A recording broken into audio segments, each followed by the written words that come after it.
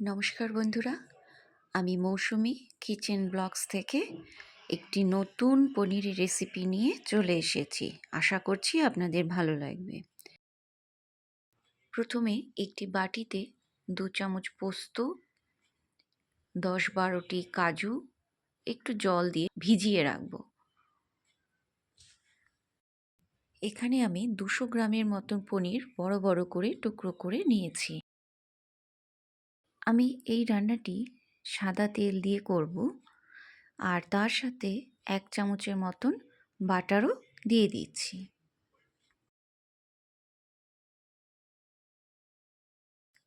তেল গরম হয়ে গেলে আমি পনিরগুলো এক এক করে তার মধ্যে দিয়ে দিচ্ছি।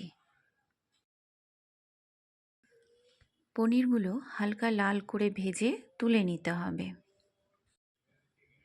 আপনারা চাইলে একটু উষুম গরম জলে পনিরগুলো ভিজিয়ে রাখতে পারেন। এখানে আমি একটি মিক্সিং জারে ভেজানো সেই মশলাগুলো ঢেলে নিচ্ছি। তার সাথে 3টে কাঁচা লঙ্কা দিয়ে ভালো করে পেস্ট করে আমি একটি বাটিতে নামিয়ে নিলাম। এবার পনির ভাজা তেলের মধ্যে শুকনো লঙ্কা, তেজপাতা, 1 চা চামচ সাদা জিরে ফোড়ন দিয়ে তার মধ্যে মশলা বাটাটা দিয়ে দিতে হবে। ভালো করে নেড়ে চেড়ে সেটাকে কষাতে হবে।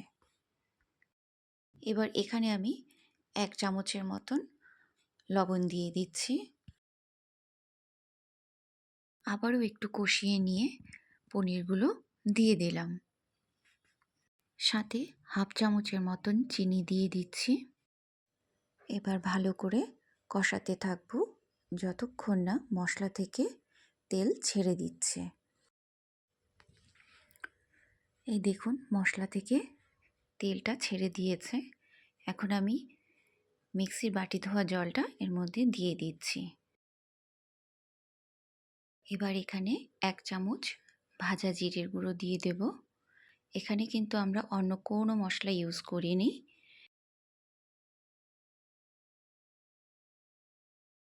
1 চামচের মতো চিলি ফ্লেক্স এখানে দিয়ে দেব।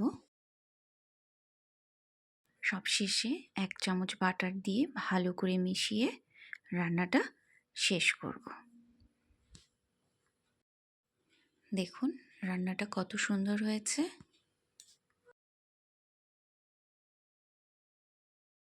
আমার এই রেসিপিটা যদি আপনাদের ভালো লেগে থাকে অবশ্যই আমার পাশে থাকবেন এবং আমাকে সাপোর্ট করবেন।